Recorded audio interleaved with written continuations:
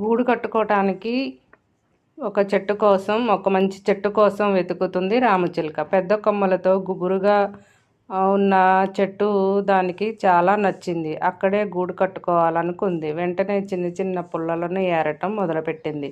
ఇంతలో గాలి గట్టిగా వీచటంతో దాని నోటికి అసలు పుల్లలు అందటం లేదు. పోనీ గడ్డి తీసుకెళ్దామా అన్న అదే పరిస్థితి. అప్పుడే అక్కడికి ఒక చిన్న పిచ్చుక వచ్చింది. మిత్రమా, దేనికోసం వెతుకుతున్నావు అని అడిగింది.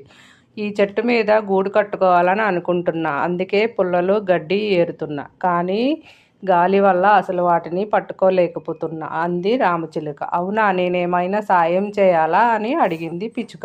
ఇంత చిన్నగా ఉన్నావు, నా వల్లే అవ్వట్లేదు, నీ వల్ల ఏమవుతుంది, వద్దులే అని అంది చిలుక.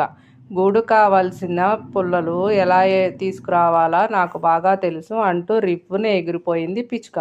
ఇక చిలుక పుల్లలను ఏరటానికి ప్రయత్నిస్తూనే ఉంది. అంతలోని పిచ్చుక కొంత గడ్డిని పట్టుకొని వచ్చేసింది. ఇక్కడ అసలు నోటితో పట్టుకోవటానికి వీలు లేకుండా గాలి వీస్తుంది. ఎక్కడ నుంచి తీసుకొని వచ్చావు అని అడిగింది చిలుక. కొట్టుకెళ్ళిన గడ్డంతా పక్కనే ఉన్న కొలంలో పడుతుంది. తడిగా ఉన్న గడ్డి కదలదు కదా, అక్కడి నుంచి తీసుకొని వచ్చాను అని బదులిచ్చింది పిచ్చుక.